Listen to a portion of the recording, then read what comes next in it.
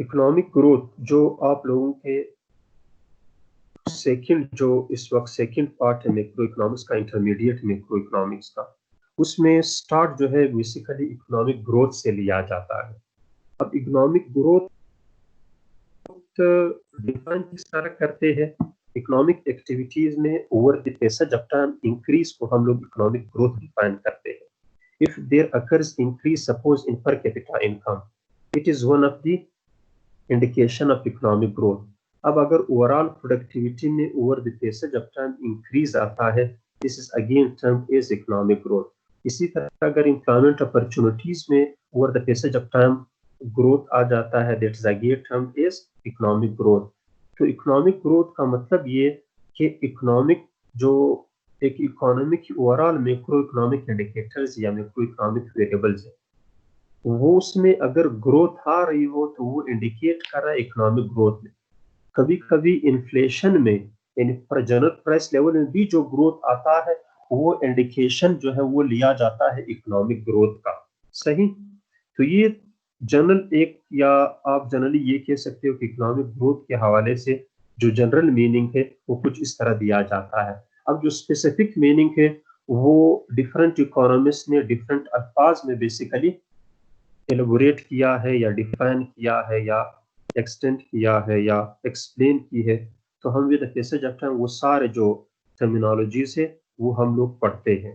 अब जो first ever terminology basically आ जाती है ना, तो वो रोमर ग्रोथ मॉडल एक आ जाता है। वो ग्रोथ मॉडल बेसिकली वो क्या में शो करे, वो ये एक आपके सकते में अंडरस्टैंड करने की कोशिश करता कि ओवरऑल आउटपुट जो है वो तीन एग्रीगेट मैक्रो वेरिएबल का बेसिकली आउटपुट होता है। तीन aggregate macro economic variable, capital, overall capital एक इकोनॉमी की, इसी तरह ओवरऑल लेबर फोर्स, और इन दोनों का आप कह सकते हो जो कंबाइंड एफर्ट से, जिसे टेक्नोलॉजी भी कहा जाता है या टोटल फैक्टर प्रोडक्टिविटी भी कही जाती है। तो इन तीनों को कंबाइन करके जो आउटपुट लिया जाता है over the period of time या over the passage of time या टाइम के साथ साथ जब उसमें ग्रोथ जो है वो बेसिकली अकर हो जाती है, तो उसको इकोनॉमिक ग्रोथ रोमर जो है वो बेसिकली टर्म करता है। तो अब इकोनॉमिक ग्रोथ के हवाले से ना, अब हर कंट्री कोशिश ये करती है कि इकोनॉमिक ग्रोथ अचीव कर ले। तो अब इस इकोनॉमिक ग्रोथ अचीवमेंट के लिए या उसको over the passage of time जब ये स्टडी किया गया, तो उस स्टडी के बेस पे कुछ स्टाइलाइज्ड फैक्ट्स जो थे वो इकोनॉमिक ग्रोथ के सामने आए थे। स्टाइलाइज्ड फैक्ट्स का मतलब ये कि जब भी कोई इकोनॉमी इकोनॉमिक ग्रोथ, अब हर इकोनॉमी स्लोली या ग्रेजुअली या रैपिडली इकोनॉमिक ग्रोथ अचीव कर रही है, जो भी इकोनॉमी है। अब ओवर दी हिस्टोरिकल जो मतलब आप कह सकते हो पैसेज ऑफ टाइम है, तो उसमें कुछ कॉन्स्टेंसीज जो है वो रिवील होती है। अब कॉन्स्टेंसी रिवील का मतलब क्या है? इकोनॉमिक ग्रोथ तो आ रहा है, लेकिन कुछ कुछ चीजें जो है वो इस इकोनॉमिक ग्रोथ में कांस्टेंट जो है वो चली आ रही है। अब कांस्टेंट बेसिकली क्या है? Constant means when something is not changed, when something is not prone to variation, when something is just, you could say, is something is taken for granted।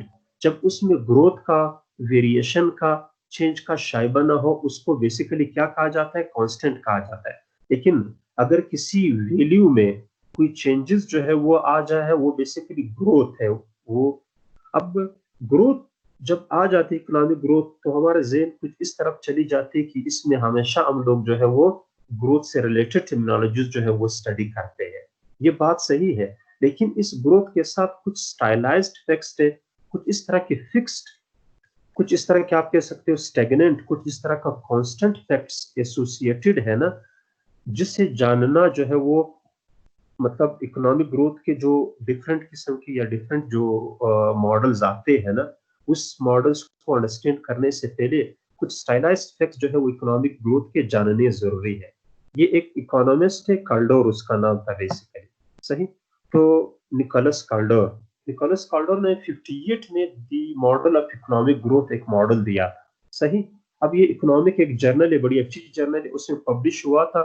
तो उसने बेसिकली, अब मैं ये सॉर्ट आउट करता हूँ फिर आप लोग के साथ शेयर भी करता हूँ इसी मतलब जो रिसर्च पेपर है बेसिकली। ठीक है। इस रिसर्च पेपर की मॉडल ऑफ इकोनॉमिक, उसमें कुछ स्टाइलाइट फैक्ट्स जो थे वो दिए थे। अब वो स्टाइलाइट फैक्ट्स क्या थे? इसमें 6 पॉइंट्स थे बेसिकली। उस 6 पॉइंट्स को, इस 6 पॉइंट्स की जो इकोनॉमिक ग्रोथ से रिलेटेड 6 पॉइंट्स है, उसकी जो over the passage of time जो स्टैटिस्टिकल प्रॉपर्टीज थी, उस स्टैटिस्टिकल प्रॉपर्टीज की बुनियाद पे उस 6 इकोनॉमिक ग्रोथ से रिलेटेड फैक्ट्स जो थे उसमें कुछ कॉन्स्टेंसीज जो थे वो रिवील हो रहे थे। वो चीजें जो थी वो इकोनॉमिक ग्रोथ के साथ चेंज नहीं हो रही थी। तो उन्होंने बेसिकली इन 6 स्टाइलाइट फैक्ट्स को आगे अपने जो मॉडल था इकोनॉमिक ग्रोथ में, जो एक पेपर की शक्ल में एक जर्नल में पब्लिश हुआ था, इकोनॉमिक जर्नल में, तो वहां सामने लेके आया था। अब उसमें बेसिकली थे क्या? सपोज फर्स्ट ओनली वो ये था कि जो इकोनॉमिक इनकम है ओवरऑल किसी भी इकोनॉमी का या नेशन का, जिसे आप लोग मैक्रो इकोनॉमिक्स टर्मिनोलॉजी में नेशनल इनकम भी कहते हो या ग्रॉस डोमेस्टिक प्रोडक्शन भी कहते हो। तो ग्रॉस डोमेस्टिक प्रोडक्शन में जो लेबर यूज होता है या कैपिटल जो यूज होता है over the passage of time, इसका जो शेयर है बेसिकली वो कांस्टेंट है। अब अजीब सी बात हो गई, एक तरफ हम लोग इकोनॉमिक ग्रोथ कहते हैं ना, इकोनॉमिक ग्रोथ कर रही है, लेकिन इकोनॉमिक ग्रोथ में लेबर भी ग्रो कर रहा है, कैपिटल भी ग्रो कर रहा है, लेकिन दोनों का जो ग्रोथ है उसमें दोनों का जो शेयर है, शेयर का मतलब है कि इसका जो यानी कैपिटल लेबर जो क्या कहते हैं इसको, रेशो मैथमेटिक्स में ना, इसका जो रेशो है over the passage of time ये बेसिकली कांस्टेंट रहा है। इसी तरह जो कैपिटल स्टॉक है पर वर्कर, सही, ये भी over the passage of time economic growth की जो मॉडल है उसमें कांस्टेंट रही है। इसी तरह जो आउटपुट पर वर्कर है, इससे पहले हम लोगों ने कैपिटल पर वर्कर, इसी तरह output per worker, that's again that statistically proven कि ये कांस्टेंट रही है। इसी तरह capital output ratio for a long period of time different economies के लिए again that is revealed as a constant. इसी तरह जो इन्वेस्टमेंट है बेसिकली उसकी रिटर्न जो है over the passage of time, investment का जो रिटर्न है ना, अगर 100 रुपीज को इन्वेस्ट करता है तो उसका रिटर्न जो आ रहा है over the passage of time, USA की इकोनॉमी हो, चाइना की हो, इसी तरह जो दुनिया की दूसरी बड़ी इकोनॉमीज है, फ्रांस है, जर्मनी है या पाकिस्तान जैसे छोटी इकोनॉमीज, तो वहां पर भी जो है वो जो रेट है बेसिकली रिटर्न्स टू कंजम्पशन का, sorry not consumption, investment, sorry, तो ये basically over the passage of time over the long period again ये स्टैटिस्टिकली ये कांस्टेंट रही है। इसी तरह जो वेरिएशन है इकोनॉमिक ग्रोथ में लेबर प्रोडक्टिविटी का या इसी तरह टोटल आउटपुट का over the passage of time, ये 2 से 5% या कभी जो है वो 1 से 6% की हद तक, या कभी किसी ममालिक में 3 से 4% की हद तक, या किसी ममालिक में 4 से 5% की हद तक, किसी ममालिक में 2 से 3% की हद तक, ये अगेन कांस्टेंट रही है। तो अब ये जो क्वांटिटीज है ये चूंकि स्टैटिस्टिकल प्रॉपर्टीज थी बेसिकली इकोनॉमिक ग्रोथ की, जो लॉन्ग टर्म में हम लोग जो है वो स्टडी करते हैं, तो रिलेटेड टू इकोनॉमिक ग्रोथ, चूंकि इकोनॉमिक ग्रोथ जो है वो रिलेट करती है, वो कुछ चीजें बताती है मैक्रो इकोनॉमिक एग्रीगेट्स के हवाले से, इन वेरिएशन में, फ्लो में कुछ चीजें बताती, स्टॉक में नहीं बताती, लेकिन उसके साथ कुछ जो फैक्ट्स थे मैक्रो इकोनॉमिक स्टैटिस्टिकल प्रॉपर्टीज के बेस पे वो दरअसल कांस्टेंट रहे हैं। तो कॉर्नर ने बेसिकली इन 6 जो फैक्ट्स थे वो हाईलाइट किए थे इकोनॉमिक ग्रोथ के हवाले से। उन्होंने एक मॉडल दिया था, a model of economic growth, ये पब्लिश हुआ था द इकोनॉमिक जर्नल में, और ये 1957 में बेसिकली ये रिसर्च पेपर जो था वो आया था। इसके बाद डिफरेंट और भी इकोनॉमिस्ट थे, उन्होंने उस पर स्टडी किया था। 2010 में स्टडीज हुई थी, 2012 में हुई थी इसी स्टैटिस्टिक्स पर, एक 2019 की भी एक स्टडी मेरे नजर से गुजर चुकी थी, इवन 2019 पिछले साल का जो बहुत लेटेस्ट स्टडी थी, उन्होंने भी इन स्टैटिस्टिक्स को जो है वो मतलब वैलिडेट किया था, प्रूव किया था in the perspective of economic growth and in perspective of these statistically proven constant macroeconomic terminologies. Yes, class. Now I want your feedback, जो कुछ आप लोग इसमें कंट्रीब्यूट कर सको या जो कुछ आप लोग बताओ या कुछ क्वेरीज आप लोग के ज़हन में हो, then we have to say something one by one on these facts. Yes, Afaq. Yes, Asal Khan. Sir ये मेरा एक क्वेश्चन है सर। Yes. सर ये जो इकोनॉमी में सर स्टैग्नेंट ग्रोथ होती है सर, ये बहुत कम मिकदार से होती है सर, मींस कह सकते हैं आप कांस्टेंट उसमें? यस, अब दो चीजें यहाँ आप लोग जो है वो सुन लो, आपके क्वेश्चन से रिलेटेड दो चीजें मैं हाईलाइट मजीद करना चाहता हूँ ताकि ये चीज मजीद क्लियर हो। टॉपिक जो है वो इकोनॉमिक ग्रोथ से रिलेटेड है, ठीक है। इकोनॉमिक ग्रोथ का मतलब क्या है? ग्रोथ का मतलब ये कि वेरिएशन, चेंजेस, किसी चीज में बढ़ोतरी हो रही हो, किसी चीज में इंक्रीज आ रहा हो, इनहेंस हो रहा हो, समझ रहे हो आप लोग, ठीक है। जब एक चीज में इंक्रीज आ रही है तो इसके साथ जितने भी दूसरी आप कह सकते हो जो टर्मिनोलॉजी, उसमें भी तो इंक्रीज आनी चाहिए ना। लेकिन यहाँ पर देखा गया कि कुछ रेशोज या कुछ रेट्स में इंक्रीज नहीं आ रहा। वो दरअसल over the passage of time economic growth के साथ, ग्रोथ तो हो रही, economic growth overall GDP growth हो रही, लेकिन कुछ चीजें जो है वो कांस्टेंट है। जिस तरह जो है वो लेबर और कैपिटल का शेयर कांस्टेंट है, या इन्वेस्टमेंट का रेट कांस्टेंट है, या दूसरे जो मैंने अभी 6 फैक्ट्स बताए थे उसमें ये 6 के 6 जो है वो इकोनॉमिक ग्रोथ के साथ जो है वो कांस्टेंट रहे हैं। You get my point of colleague and other students? Yes. अब यहाँ पर अब इस चीज को जो है वो देखते हुए economic growth basically, no doubt economic growth जो है वो overall economic macro economic variable में चेंजेस है, लेकिन जो अब्सोल्यूट मैक्रो इकोनॉमिक वेरिएबल में चेंजेस तो आते हैं, लेकिन जब रेशो लिया जाता है, रेशो का मतलब ये है कि जब दो चीजों की जो है वो आपस में प्रोपोर्शनली जो है वो लिया जाता है, तो वहां पर कांस्टेंट जो है वो चीजें आ जाती है। जब वहां पर कांस्टेंट चीजें आ जाती है तो इकोनॉमिक ग्रोथ का जो क्वेश्चन है ना, उससे हमें ग्रोथ से हट के कांस्टेंट से रिलेटेड जो नो हाउ है, जो परसीवेबल कुछ कॉन्सेप्ट है, वो हमें जो है वो दे रहा है, और हमें जो है मतलब इस चीज पे मजबूर कर रहा है कि we have to rethink over the terminologies और theories of economic growth in the perspectives of constancies we actually get in relation to the economic growth. Yes, did you get my point? Sir तो आपकी बात तो सही है, जिनमें मतलब growth तो नहीं आ रही, लेकिन मतलब इस तरह भी तो नहीं है कि सर वो बिल्कुल ग्रोथ उसमें आ ही ना रहा हो सर, अगर उसमें स्टैग्नेंट ग्रोथ आ जाए फिर वो किस तरह है? हाँ बिल्कुल, ये है। अब दो चीजें है ना कि जब भी एक economy early stage of development पे होती है ना, तो वो इकोनॉमी कंप्लीटली ग्रोथ के हवाले से एग्जॉस्ट नहीं हो चुकी होती। तो अर्ली स्टेजेस पर ग्रोथ जो है 5% से ज्यादा आ जाती है, 6%, 7%, 8%, 10%, जिस तरह चाइना की इकोनॉमी। अब चाइना की इकोनॉमी कभी जो है 12%, कभी 13% भी ग्रोथ कर चुकी है for the last in the period of last even 30 years, सही। लेकिन जब आप यूएसए की इकोनॉमिक ग्रोथ की जो है वो पिछले 30 साल की जो है वो डेटा उठा ले, तो वहां पर इन मैक्सिमम 5% के तक ग्रोथ जो थे वो अचीव किया गया या स्टेटिस्टिकली जो है वो रिकॉर्ड किया गया। अब चाइना का जो इकोनॉमिक ग्रोथ पिछले 25 साल से वो इन एवरेज 10% से ज्यादा है। तो इसका मतलब क्या हुआ? इसका मतलब ये कि इकोनॉमी जो चाइना की है उसमें इस वक्त कैपेसिटी है, उसमें रबस्टनेस है, उसमें आप कह सकते हो इतनी कैपेसिटी है, इतना पोटेंशियल है कि वो जो लेबर उसमें आ रहा है और कैपिटल उसमें आ रहा है वो ऑप्टिमली, और अपना जो इकोनॉमिक ग्रोथ में इनपुट है या अपना जो शेयर है वो ज्यादा जो है वो मतलब स्टेटिस्टिकली रिवील कर ले as compare to the capital and labour revelation in the economic growth of USA economic history. Did you get my point? सही। तो अर्ली स्टेजेस पे इसी तरह जो है वो होती है, लेकिन जैसे ही मतलब with the passage of time, जब इकोनॉमी जो है वो एक मेच्योरिटी लेवल तक पहुंच जाती है ना, एग्जॉस्टन की तरफ पहुंच जाती है, या इकोनॉमिक ग्रोथ के हवाले से पॉइंट ऑफ सिचुएशन की तरफ जो है वो पहुंच जाती है ना, फिर जो लेबर और कैपिटल का जो शेयर है वो इकोनॉमिक ग्रोथ में कम हो जाती है, और रेट ऑफ इन्वेस्टमेंट की जो शेयर है वो कम हो जाती है। Did you get my point? Yes sir. सही।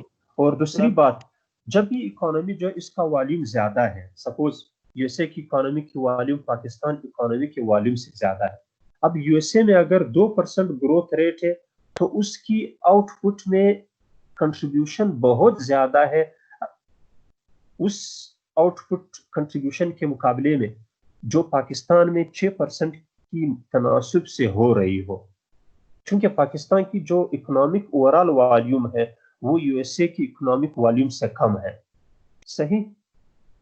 यानी सिंपल ले में हम लोग किस तरह जो है मतलब इसको रिप्रेजेंट कर सकते हैं, एक तरफ आप 1000 का 2% ले लो, ठीक है। अब 1000 का 2% 200 यूनिट होती है, और इसी तरह दूसरी तरफ आप 100 का जो है वो 2% जो है वो ले लो, 100 का 2% जो है वो 2% होता है, ठीक है, समझ गए आप लोग। तो अब एक तरफ वहां 1000 यूनिट में 200 जो है वो बेसिकली सॉरी 20 यूनिट, 200 तो नहीं होता, 1000 का जो 2% है वो 20 होता है, ठीक है।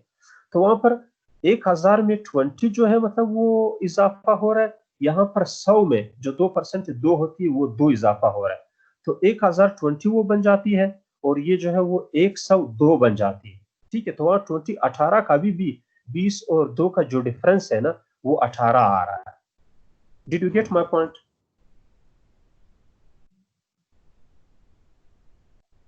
Sir yes hello. Yes yes sir ये जो आपने डोमर ग्रोथ मॉडल जो आपने बताया इकोनॉमिक ग्रोथ में, क्योंकि ये इसी थ्योरी का जो एम्फिसाइज है, ज्यादा जोर इसका जो है वो इकोनॉमिक ग्रोथ रेट पे है सर। सर इसमें नो डाउट। आपने ये एग्जांपल जो दिया है सर इसका सर, हेलो सर, में जो डोमर ग्रोथ मॉडल आपने यहाँ पे जिक्र किया सर लेक्चर में, नहीं, ये Herod hello. Herod Domar growth model मैंने अभी तक उसका जिक्र नहीं किया है ना, ये अभी जो आ रहा आपने है, क्योंकि ग्रोथ एग्जांपल मॉडल दिया जब था भी हम लोग इकोनॉमिक। पढ़ते हैं तो हेरोड डोमर से स्टार्ट करते हैं, फिर इसके बाद जो है वो दूसरे ग्रोथ मॉडल जो है वो आ जाते हैं ना। We will cover all these, सही। तो फिलहाल जनरली मैंने ये कहा था कि इकोनॉमिक ग्रोथ के डिफरेंट मॉडल्स है। अब जब जनरल इकोनॉमिक ग्रोथ की मैंने बात कही है ना, general economic growth, I am not actually talking जी about sir. The models of economic growth. मैंने इस वक्त जो है वो जो इकोनॉमिक ग्रोथ से रिलेटेड जो स्टाइलाइज्ड फैक्ट्स थे, वो फैक्ट्स जो अभी से जो है वो प्रूवन चले आ रहे हैं, उस मुतालिक थोड़ा बहुत बताया था, सही है। अभी तरफ हेरोडोमर ग्रोथ मॉडल है, रोमर ग्रोथ मॉडल है, या इंटरजनरेशनल ग्रोथ मॉडल है, या आप कह सकते हो ना जो बाकी एक ये मॉडल है, या जो और डिफरेंट किस्म के इकोनॉमिक ग्रोथ मॉडल्स है। We have not yet said something about all these models. Just I have told you people that I have only elaborated some points of the stylized facts that are associated to the general phenomenon of the economic growth. Yes, sir yes. जी sir, मैं कह रहा था sir, ये Calder ने ये कहा था कि सर ये चीजें अगर कांस्टेंट रहे फिर भी इकोनॉमी ग्रो हो सकती है ना सर। नो डाउट, बिल्कुल ये चीजें कांस्टेंट रही फिर भी हो सकती है, बिल्कुल। इसकी क्योंकि वन ऑफ द इम्प्लीकेशन उसी का यही है, एग्जैक्टली। सर उसकी रीजन ये थी कि इकोनॉमी फिर बहुत बड़ी हो जाती है ना सर, उसकी वॉल्यूम बहुत बड़ी हो जाती है, तो इसलिए ये चीजें फिर इतनी चेंजेस नहीं ला सकते। नो डाउट, बिल्कुल एग्जैक्टली यही तो पॉइंट्स है ना। दैट्स व्हाई आप लोग की जो मतलब इनपुट से वो रिक्वायर्ड है, ताकि आप लोग अपनी जो आप कह सकते हो अंडरस्टैंडिंग के मुताबिक अपनी अल्फाज में जो है इस चीज को जो है वो सामने ला सके। अगर ये हो गया तो I got succeed in delivering of my lecture actually. Yes, sir anybody else? Thank you yes sir yes. Sir मैंने ये क्या पूछना था कि सर ये जो 6 फैक्ट है ये जो आपने बताए, यस सर ये थोड़ा सा रिपीट करें सर, ये यस। अब समझ में आई नहीं। Will come actually one by one over all these facts, ठीक है। Thank you sir. किसी और का क्वेश्चन तो नहीं है उसमें, या कोई और चीज पूछनी होगी? Yes, anybody? Then I have to, that again take 7 minute again mutation of few people. Yes.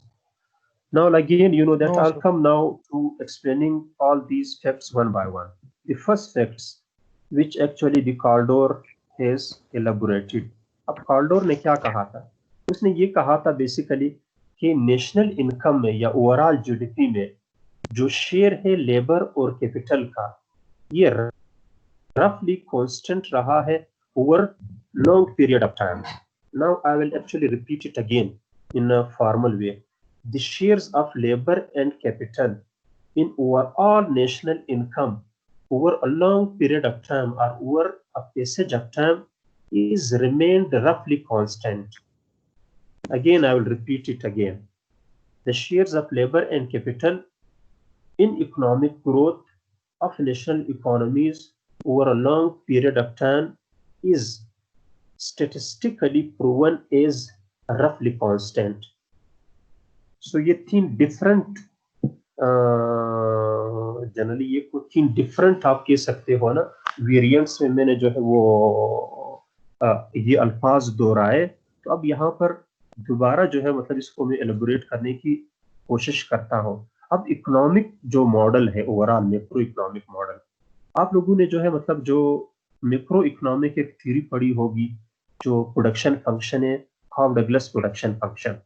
ठीक है, कॉफ डगलस प्रोडक्शन फंक्शन क्या कहता है? वो ये कहता है कि आउटपुट जो है वो फंक्शन है लेबर, कैपिटल और टेक्नोलॉजी का।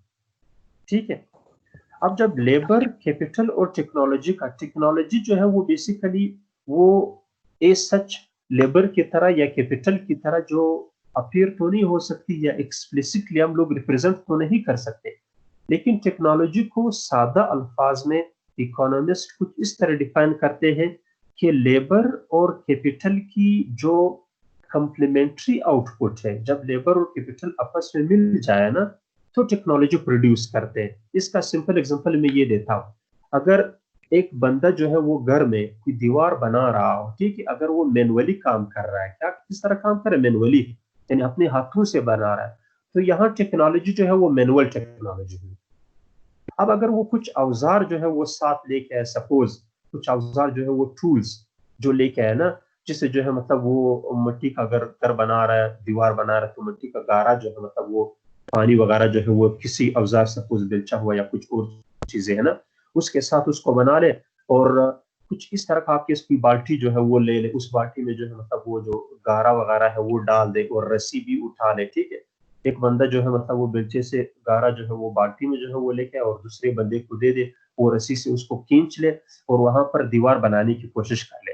तो यहाँ पर टेक्नोलॉजी जो है वो दीवार बनाने की जो आउटपुट है ना, उसमें लेबर दो आ गए और जो कैपिटल था या आप कह सकते जो मशीनरी थी वो कुछ औजार आ गए, कुछ टूल्स आ गए, दोनों कंबाइन हो गए, तो उसने एक टेक्नोलॉजी जो है वो क्रिएट किया था। वो कॉम्बिनेशन था उन औजार का, उन कैपिटल का और उस लेबर का बेसिकली। समझ गए आप लोग? तो अब यहाँ पर जो कॉफ डगलस प्रोडक्शन फंक्शन है वो एक तरफ लेबर लेते हैं, दूसरी तरफ कैपिटल ले लेते हैं और दोनों का कॉम्बिनेशन जो है जो टोटल फैक्टर प्रोडक्टिविटी भी कहा जाता है। ठीक है, उसे टेक्नोलॉजी जो है वो कंसिडर करते हैं। अब टेक्नोलॉजी के डिफरेंट वेरिएंट्स है। ठीक है, तो अब मैं मॉडर्न टेक्नोलॉजी की मैं नहीं बात कर रहा, सिर्फ अंडरस्टैंड करने के लिए, टेक्नोलॉजी को अंडरस्टैंड करने के लिए ये इस चीज को बहुत ही सादा अल्फाज में बयां करने की कोशिश करता हूँ। लेबर और कैपिटल का जो कॉम्प्लीमेंट्री कॉम्बिनेशन है दैट वुड कॉन्स्टिट्यूट टेक्नोलॉजी। सही, तो कॉफ डगलस प्रोडक्शन ये कहता है कि technology, labour units, capital units, ये तीनों मिलके आउटपुट प्रोड्यूस करते हैं। अब over the passage of time जब आउटपुट में चेंजेस आ जाती है, किस वजह से आ जाती है? जब टेक्नोलॉजी में चेंजेस हो, लेबर में चेंजेस हो, कैपिटल में चेंजेस हो। ठीक है, तो इसमें जब चेंजेस आ जाती है तो आउटपुट जो है वो बेसिकली उसमें भी चेंजेस, उसमें ग्रोथ आ जाती है। अब इस ये तो चूंकि माइक्रो लेवल का था, अब इस प्रोडक्टिविटी फंक्शन को हम लोग अगर मैक्रो इकोनॉमी में जो है वो ले आए और मैक्रो इकोनॉमिक के कॉन्टेक्स्ट में अंडरस्टैंड करने की कोशिश कर ले, तो बेसिकली ये मैक्रो इकोनॉमिक प्रोडक्टिविटी फंक्शन बन जाता है।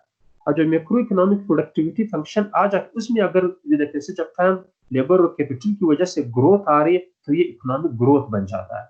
जब इकोनॉमिक ग्रोथ बन जाता है, जब इकोनॉमिक ग्रोथ का मतलब क्या है कि लेबर में चेंजेस आ रही है, कैपिटल में चेंजेस आ रही है। लेकिन कार्डोर ने basically first time economic macro economic literature में ये चीज जो था वो रिवील किया था और स्टैटिस्टिकली इस चीज को प्रूव किया था कि नेशनल इनकम जो ओवरऑल नेशनल प्रोडक्टिविटी फंक्शन जो है वो मतलब उसका एक इंडिकेटर है कि नेशनल इनकम में जो शेयर है लेबर का और कैपिटल का, वो विद पैसेज ऑफ टाइम या over the long period of time statistically ये जो शेयर है ये कांस्टेंट रिवील हुआ है। यानी स्टैटिस्टिकली ये कांस्टेंट जो है बेसिकली एक फिनोमेनन जो है वो एक अंडरस्टैंडिंग का एक लेवल जो है वो हमें दे देता है कि इसमें चेंजेस जो है वो कम आ जाते हैं।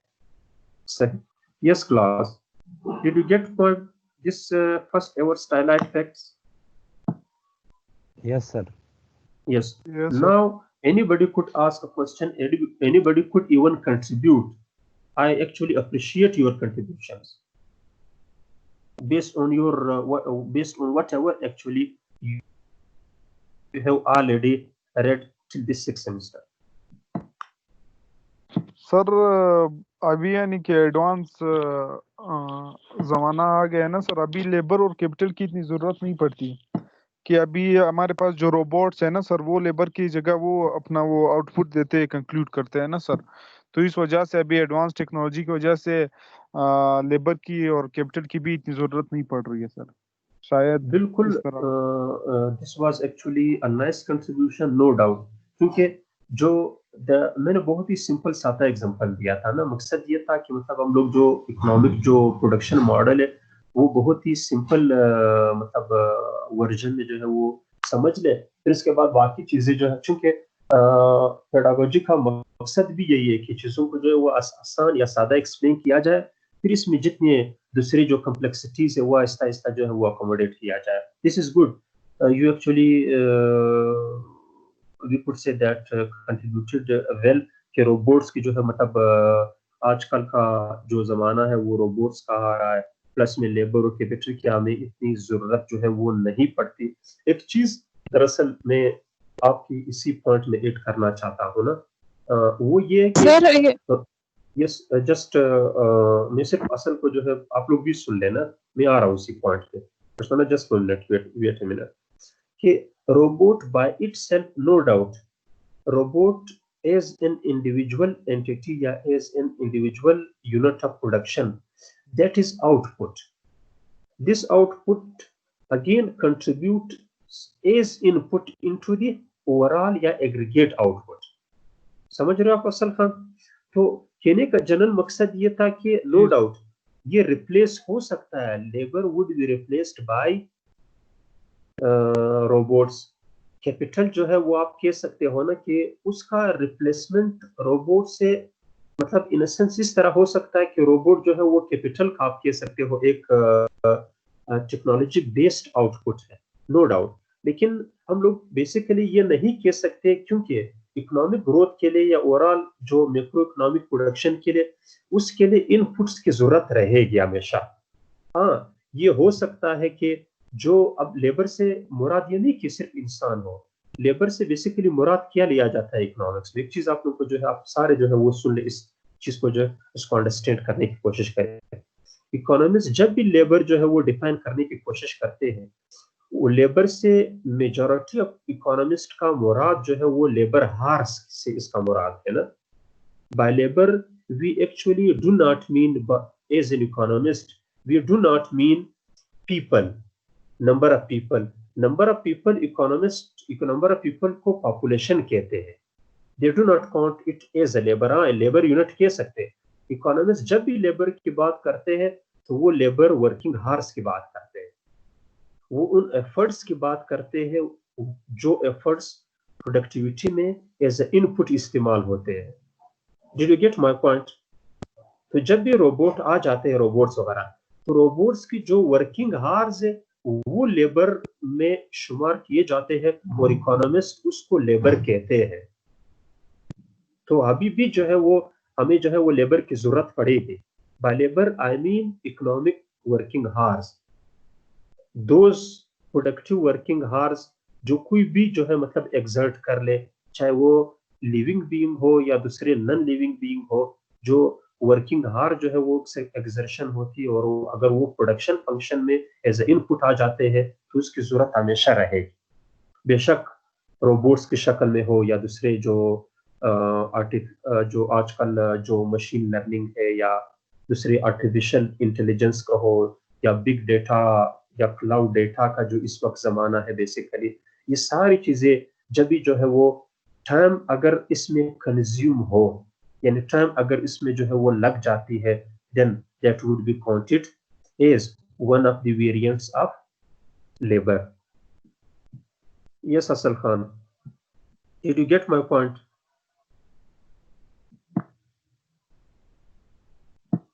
यस पछताना। फरीद, अफाक। ये पूछना कि सर मेरी आवाज यस यस सुन रहा हूँ। यस मैंने पूछना था कि रोबोट्स तो डेवलपिंग कंट्री अफोर्ड नहीं कर सकते ना सर, तो फिर उनके लिए तो ये महंगा पड़ जाएगा, उनके लिए तो लेबर ही सस्ता है, तो फिर ये क्या? बिल्कुल।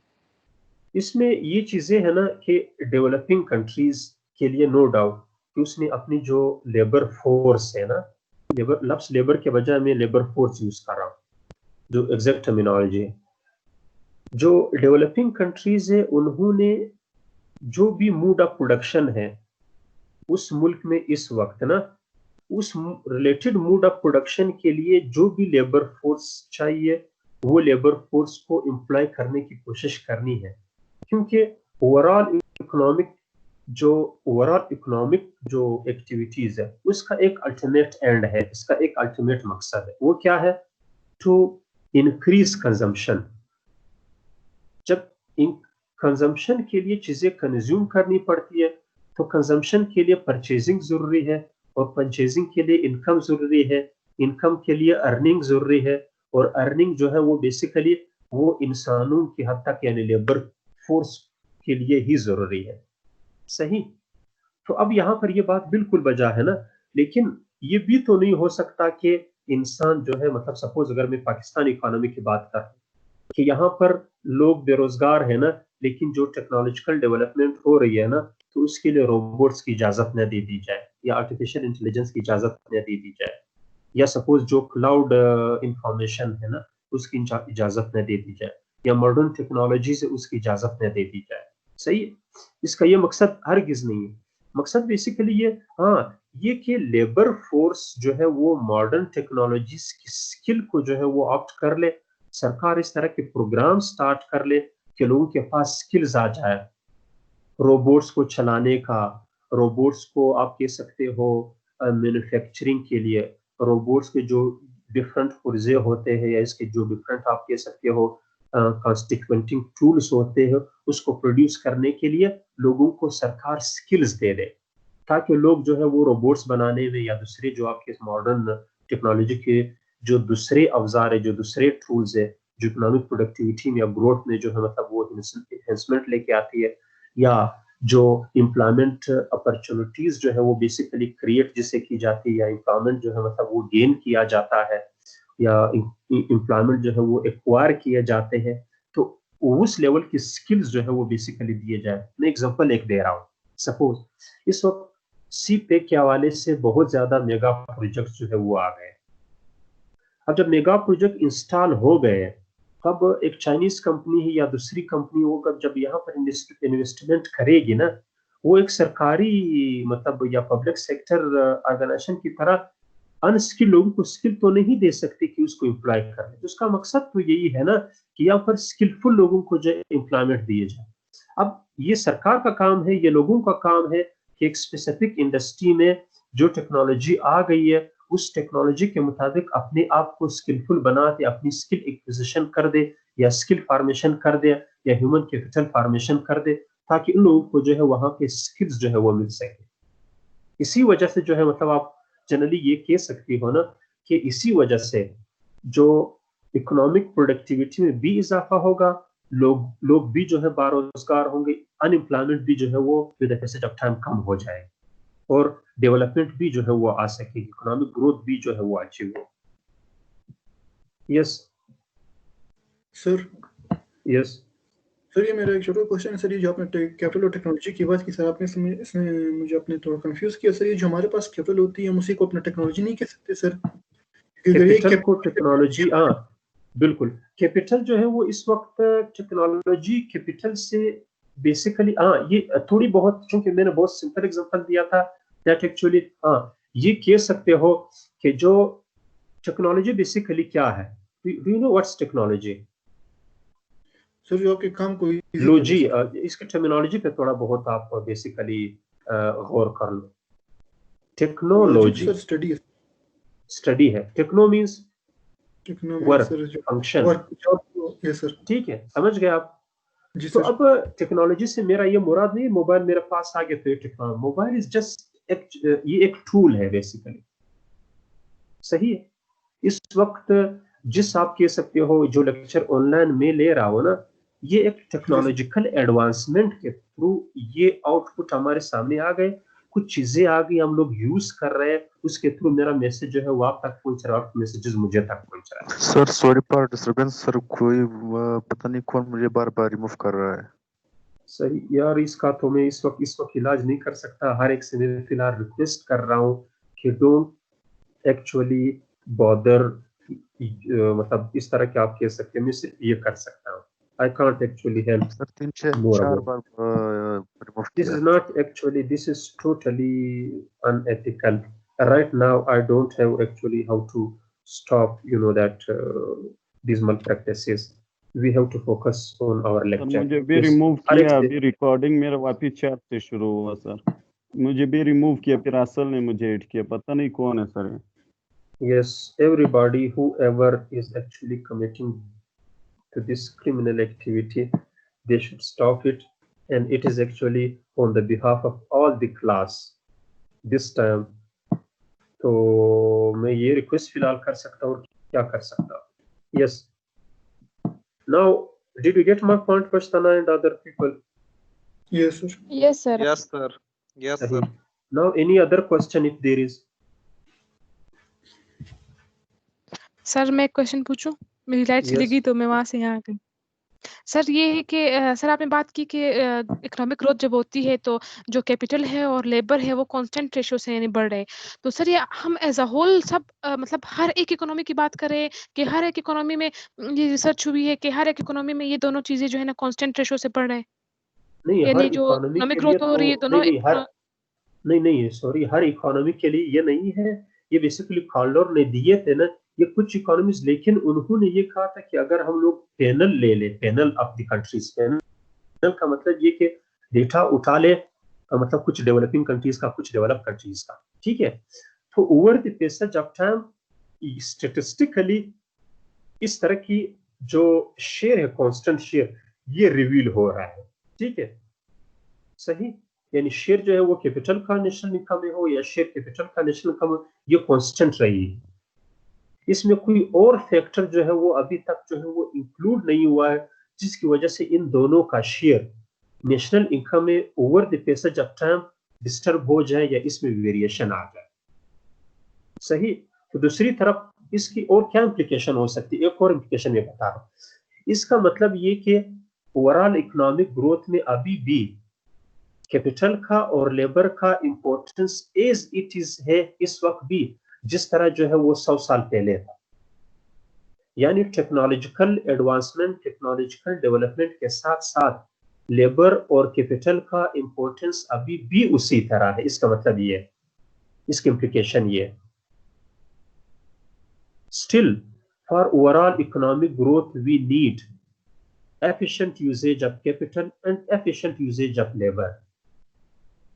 बेशक टेक्नोलॉजिकल डेवलपमेंट हो रही है, सही। तो जो कंट्रीब्यूशन है इन दो इनपुट्स का, लेबर का या कैपिटल का, ओवरऑल इकोनॉमिक ग्रोथ में, सही, इसकी कंट्रीब्यूशन की अभी भी सिग्निफिकेंस है, सही। दैट्स व्हाई जब भी हम लोग जो है वो इकोनॉमिक ग्रोथ की थ्योरीज जब पढ़ते हैं या रिसर्च आर्टिकल्स पढ़ते हैं, तो कोई भी इकोनॉमिक ग्रोथ लेबर और कैपिटल के बगैर जो है वो कंप्लीट नहीं है, दैट्स इनकम्प्लीट। ये हमें जो है मतलब ये इनसाइट दे देता है कि जब भी हम लोगों ने रिसर्च करनी है, जब भी कोई इकोनॉमिक मॉडल को जो है वो देखना है कि इकोनॉमिक मॉडल सही है या गलत है, तो जब तक उस इकोनॉमिक मॉडल में लेबर और कैपिटल का जो इक्वल ग्रोथ है या जो स्टैटिस्टिकल ग्रोथ है या जो कांस्टेंट ग्रोथ है, अगर वो रिवील न हो रहा हो, तो हमें उस इकोनॉमिक ग्रोथ मॉडल पे जो है वो थोड़ा सा शक करना चाहिए, उसकी वैलिडिटी पे जो है वो क्वेश्चन जो है वो रेज हो सकता है। इसकी इंप्लीकेशन ये बनती है। Yes, did you people get my point? Now I have to come to second, that twilight effect. What actually is the second? अब जो फर्स्ट वन था उसमें लेबर और कैपिटल हम लोगों ने कहा था। अब यहाँ पर सेकंड और थर्ड में इन दो को जो है वो अलग अलग किया है। इन दो को किस तरह अलग अलग किया? सेकंड में ये बताते हैं ना कि जो कैपिटल स्टॉक है पर वर्कर, यानी टोटल कैपिटल, अगर पाकिस्तान की टोटल कैपिटल स्टॉक है उसको टोटल लेबर फोर्स पर जो है मतलब डिवाइड किए जाए या टोटल पॉपुलेशन पे डिवाइड किए जाए तो ये बन जाती है कैपिटल स्टॉक पर वर्कर। तो जो कैपिटल स्टॉक पर वर्कर है ना, इसका जो ग्रोथ रेट है, growth rate of the capital stock पर वर्कर, अगेन ये over the passage of time ये कांस्टेंट रहा है स्टैटिस्टिकली। मैं repeat it again, yes, capital stock पर वर्कर इसका जो ग्रोथ रेट है, अब मैं इकोनॉमिक ग्रोथ रेट की बात नहीं कर रहा, बेसिकली कैपिटल स्टॉक पर वर्कर ग्रोथ रेट की बात है, ये इनपुट्स की मैं बात कर रहा हूँ, इनपुट्स पर वर्कर, इन पीकस जिसे हम लोग कहते हैं। पीकस कैपिटल स्टॉक की जो ग्रोथ रेट है उसका आप कह सकते हो उर्दू में, जिसे टर्मिनोलॉजी उर्दू में मैं यूज कर रहा हूँ, शरह नमू जो है ना, ग्रोथ रेट, सही है। किस चीज का?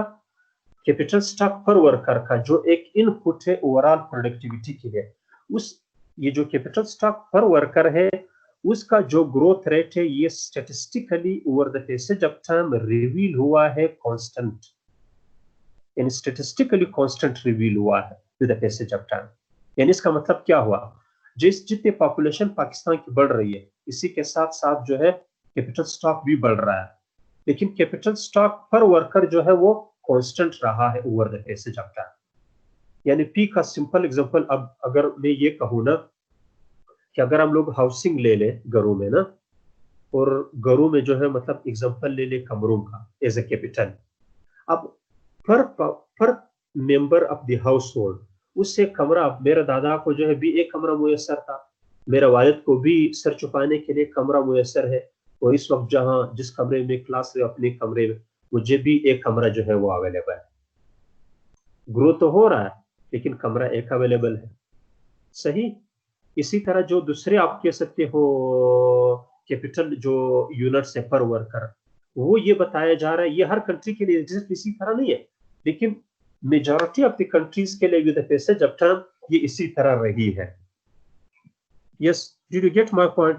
या सपोज अगर इन्वेस्टर्स की अगर मैं बात कर लूं ना, मेरे वालिद जो थे मतलब उस दौरान जो इकोनॉमिक ग्रोथ था उसके मुताबिक इन्वेस्ट करने के लिए उसके पास जो कैपिटल अमाउंट था, मेरे पास भी मतलब एवरेज वाइज उतना ही है या रेट वाइज उतना ही है, मेरे दादा को भी इतना ही था, या जो नेक्स्ट जनरेशन आएगी शायद उसके लिए भी उतना ही हो।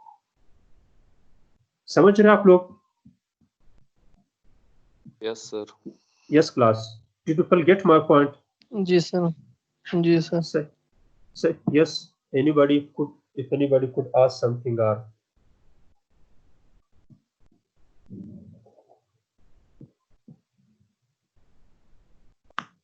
yes Wahid, yes Ghaffar, yes Ibrahim, Kausar, Sufyan, Alamgir.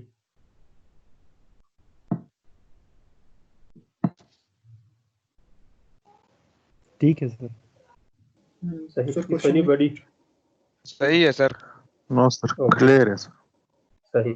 Now we have to come to the third one. अब जो थर्ड वन है वो बेसिकली क्या है, जो मैंने बताया था कि जो सेकंड स्टाइलाइज्ड फैक्ट है और थर्ड स्टाइलाइज्ड फैक्ट है, ये बेसिकली कैपिटल और लेबर जो एज अ इनपुट है इकोनॉमिक ग्रोथ के लिए उससे रिलेटेड है, ठीक है। तो ये पर कैपिटा है या पर पर्सन है या पर आप कह सकते हो वर्कर है, ठीक है।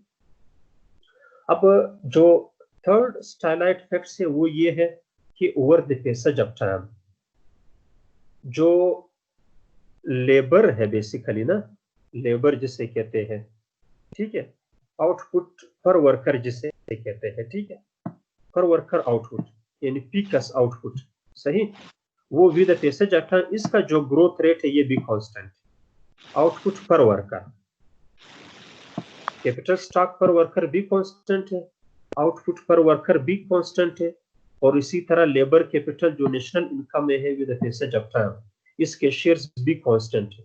अब ये तीनों चीजें जो है वो बेसिकली यहाँ पर एक स्टूडेंट ने मेंशन किया था हेरोडोमर ग्रोथ मॉडल, तो वहां से ये चीजें भी रिवील हो रही है।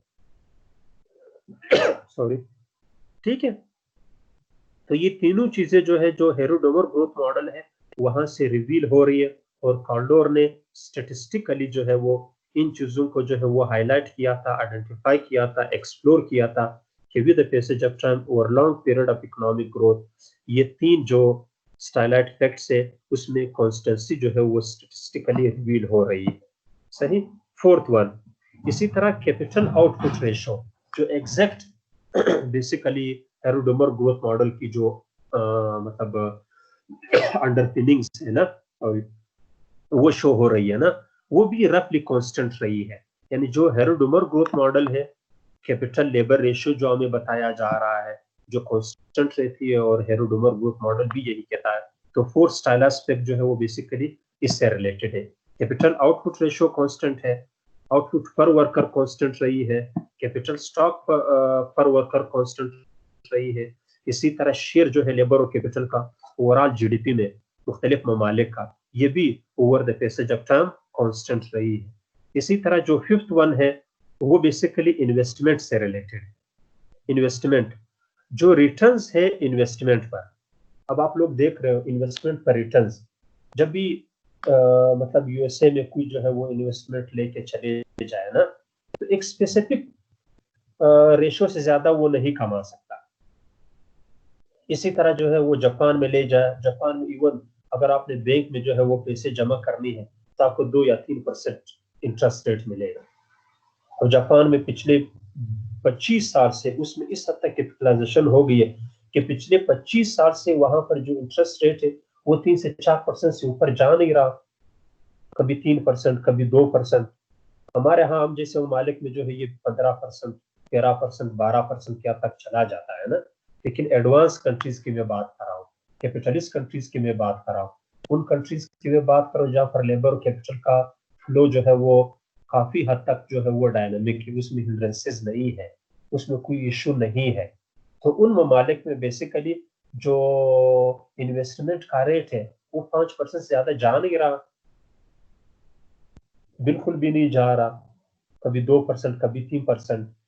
तो ये उन ममालिक के साथ जापान हुआ, इसी तरह ऑस्ट्रेलिया है, इसी तरह यूके है, इसी तरह जर्मनी है, इसी तरह यूएसए है, यानी जो कनाडा हुआ, जो एडवांस कंट्रीज की मैं बात कर रहा हूँ, जो इकोनॉमिकली एडवांस कंट्रीज है, उन ममालिक में जो है जो रेट ऑफ रिटर्न है इन्वेस्टमेंट पर, ये भी with the passage of time basically constant रही है। कभी ये हुआ नहीं कि एक बंदे ने 100 रुपए इन्वेस्ट किए और उसने 200 जो है मतलब उसका रिटर्न आया।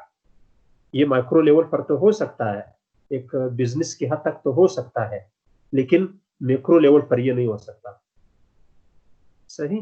इसी तरह जो लास्ट बेसिकली स्टाइलाइट इफेक्ट है वो बेसिकली क्या बता रहे हैं,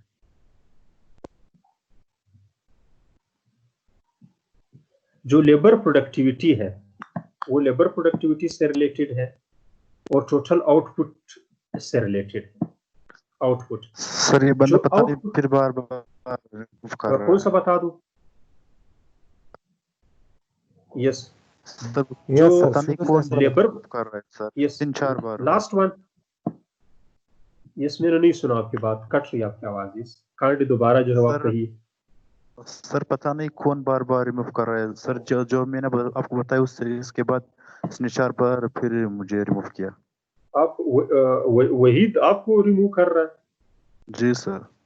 सर सबको कर रहा है, पता नहीं कौन है यार। अब मैं क्या कह सकता हूँ ना, मैं अब चूंकि तो मतलब एक जनरली मैं सिर्फ ये कहूंगा, ये दरअसल उसके अब जब उसकी अपनी ट्रेनिंग घर की तरफ से नहीं हुई हो ना, तो ये वहां का एक रिप्रेजेंटेशन है, और मैं क्या कह सकता हूँ खुद जो है वो being a human being, what actually I say more about that guy who is actually committing to this lecture को डिस्टर्ब भी हम नहीं करना चाह रहे, फिर मैसेज पे बार बार बोल रहे कि रिमूव ना करे, ये लोग बार बार रिमूव कर रहे हैं। मेरे ये मतलब वो जो कुछ भी कर रहा है, सिंपल आप ये कह सकते हो कि ये उसकी पेरेंट्स का रिप्रेजेंटेशन है।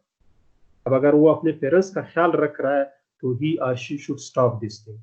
अगर वो नहीं रख रहा है ना तो then he could enjoy. Sir ये जो भी कर रहे हैं ना सर, इसके नाम क्या है?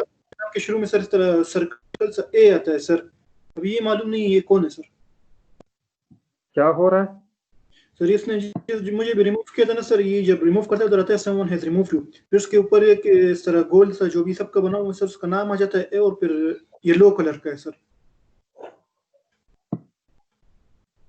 बहरहाल अब लेट्स सी जो है वो दोबारा में जो है वो फिर ये तो आप कहाँ है सर ये सब की Yes, पिक्चर लगा दे now सर, come उस to the पेपर topic. पता चले कि सर कौन रिमूव कर रहा है सर खैर आई विल एक्चुअली मैं दरअसल एक्टिविटीज जो है वो दरअसल ये सारे एक्टिविटीज जितने भी स्टूडेंट कर रहे हैं ना, ये रिपोर्ट हो रही है, मसला नहीं है ना, तो ये रिवील हो जाती है वी एक्चुअली जिसने भी जो मतलब एक जो है मतलब किस हद तक कितना दफा कोई निकला है, कोई जो है वो आया है, ठीक है, तो ये सारी चीजें जो है रिवील हो जाती है, वो मसला नहीं, वो जो भी कर रहा है तो उसको पेनलाइज किया जाएगा, इस तरह नहीं है ना। यस टॉपिक पे आ जाए, किसने सर कोई क्वेश्चन पूछना था? यस सर चेयरपर्सन ने कहा था कि सर टीचर के पास ये अथॉरिटी है कि वो स्टूडेंट्स को वो कर दे, मतलब ये ये मैं अथॉरिटी दरअसल मैं चूंकि मैं आपको बात बताऊं, आई बिलीव इन डेमोक्रेसी, सही, और मैं दरअसल लोगों पे जो है मतलब वो कॉन्स्टेंट लगा के जो है वो मेरा अप्रोच है, मैं सही करने की कोशिश नहीं करता। मैं कहता मेरा अप्रोच है कि हर एक के पास हर तरह की जो है वो लिबर्टी हो, उसमें रहते हुए वो अपने आप को ट्रेन किस तरह कर सकता है, अपने आप को कंट्रोल किस तरह कर सकता है, और अपने आप को जो है मतलब एक पॉजिटिव और प्रोडक्टिव एक्टिविटीज में किस तरह अपने आप को एंगेज कर सकता है। This is the only message I could give to anyone. अब हर एक की अपनी मर्जी, इसने जो कुछ करना है वो उसकी अपनी पर्सनालिटी डेवलपमेंट है, जो उसके पेरेंट्स की तरफ से उसकी दूसरी की तरफ से हो चुकी होती है, उसका कोई क्या कर सकता है। एक बंदा या अगर वो क्रिमिनल हो ना, तो क्रिमिनल जो है उसके लिए बस यही चीज काफी है कि वो टर्मिनोलॉजी वाइज वो क्रिमिनल है। Yes now come to the topic, जो स्टाइलाइज टेक्स्ट है उसकी तरफ आ जाए। सर नंबर 4 आप रिवाइज करें सर। सर ये Yes, सेकंड sir. वन तो रिपीट कर, second one. Yes, I will again Yes, repeat the fourth one. Fourth one ये कि जो sir exact fifth one yes आ जाता हूँ, सब पे आ जाता हूँ, फोर जो है वो उस पे आ जाते हैं पहले। फोर्थ वन जो कैपिटल आउटपुट रेशो है वो कांस्टेंट रहती है over passage of time. Capital output ratio यानी टोटल आउटपुट में कैपिटल का कितना रेशो है, सही, क्योंकि आउटपुट के लिए लेबर और कैपिटल की जरूरत रहती है, तो कैपिटल कितना चाहिए आउटपुट के लिए, इन दोनों का जो रेशो है ना वो दरअसल कांस्टेंट रहती है over the passage of time, सही। ये फोर्थ वन है। फिफ्थ वन ये है कि जो इन्वेस्टमेंट है, इन्वेस्टमेंट का रेट ऑफ रिटर्न्स जो है, यानी इन्वेस्टमेंट पे कितना लोग कमाते हैं उसका जो रेट है बेसिकली ना इकोनॉमीज के लिए, वो भी कांस्टेंट है। जो सिक्स्थ वन है वो बेसिकली क्या है, वो ये कि 2 से लेकर 6% तक, कुछ स्टडीज ये कहती है, कुछ स्टडीज ये कहती है कि 3 से लेकर 5% तक, कुछ स्टडीज ये कहती है कि 2 से लेकर 4% तक जो लेबर प्रोडक्टिविटी है या आउटपुट प्रोडक्टिविटी है, उसमें ग्रोथ डिफरेंट कंट्रीज ने over the passage of time achieve किया है। रफली उससे ज्यादा तो अचीव किया है, लेकिन over the passage of time नहीं है। यानी सपोज अगर पाकिस्तान के हम लोग एग्जांपल ले लें, पाकिस्तान की 1947 से अभी तक, यानी जो पिछले 60 साल पर मुहित जो हादसा है ना, 60 साल का जो टेन्यूर है, पाकिस्तान का अगर ग्रोथ रेट इसका जो एवरेज कोई ले ले तो ये कोई 4 से 5% तक बनता है, इससे ज्यादा नहीं। कभी ये भी हुआ कि 8% भी ग्रोथ रेट आया, 8.5%, 6% भी आया, इस तरह इरफान के डिकेट में 6% रही, ठीक है, सही। इसी तरह यूएसए का जो ग्रोथ है वो over the passage of time ये 4% रही है। चाइना का पिछले 25 साल में कोई 10 से 11% रही है, लेकिन अगर चाइना का 1949 से अभी तक आप लोग देख लो तो वो ग्रोथ रेट जो है वो अगेन कोई 5 से 6% की हद तक जो है वो रही। तो दैट्स वाई जो इसी तरह लेबर प्रोडक्टिविटी भी जो है वो 2 से 5% की हद तक या 3 से 4% की हद तक कांस्टेंट रही है। तो ये 6 स्टाइलाइज्ड फैक्ट्स थे बेसिकली, सही, जो कैल्डोर ने अपने एक मॉडल ऑफ इकोनॉमिक ग्रोथ में दिए थे। इसका एक पेपर है, ये पेपर भी मैं शेयर करता हूँ, अभी यहाँ पर मेरे पास जो है वो सिर्फ और सिर्फ 5 मिनट रहते हैं, और इस 5 मिनट में आप लोगों ने जो कुछ भी जो है पूछना है, then I have to terminate and stop my lecture up today. Sir kindly ये 5 सर ये मिनट में सिर्फ सर आप लेबर और कुछ कैपिटल पॉइंट्स सर आप ग्रोथ रेट रिवाइज होगा। करें वापस दोबारा। यस, दोबारा Thank you. इनको मैं रिवाइज करता हूँ ये 2 points, just listen to me. Yes. हर मैं जल्दी करता हूँ।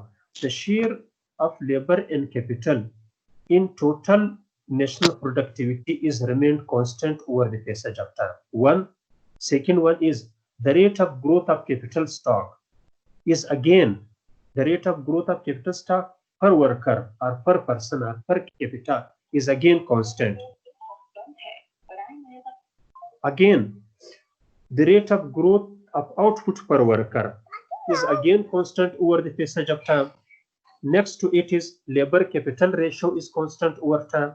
Next to it is the rate of return on investment is actually constant. Last one is labor productivity and total output. Now the growth rate in labor productivity and total output, that is again constant. ये 6 facts थे। Sir investment अगर किसी भी sector में हो कि sir constant रहेगी? नहीं, किसी भी सेक्टर में नहीं। अब सेक्टर वो तो माइक्रो इकोनॉमिक्स हुआ ना, ये मैक्रो की हम लोग बात कर रहे हैं। ओवरऑल प्रोडक्टिविटी में इन्वेस्टमेंट का जो रेट है।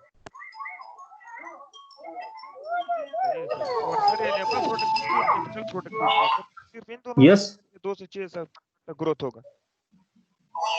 क्या चीज 2 से 6? सर जो 6th वन है 2 से 6% की हद तक नहीं, 2 से 6 तक ग्रोथ रेट है सर। ये सिर्फ लेबर और कैपिटल क्या तक होगा? नहीं, लेबर प्रोडक्टिविटी कभी 2% रहती है कुछ ममालिक में, कभी 3% रहती है, कभी 4% कुछ ममालिक, कभी 5%, कभी 6%, इससे ज्यादा नहीं होती। सही। और इसी तरह ओवरऑल प्रोडक्टिविटी का जो ग्रोथ रेट है, सपोज मैं पाकिस्तान का अगर एग्जांपल ले लूं, पाकिस्तान का जो इस वक्त ग्रोथ रेट है इस साल वो 5% की हद तक है ना।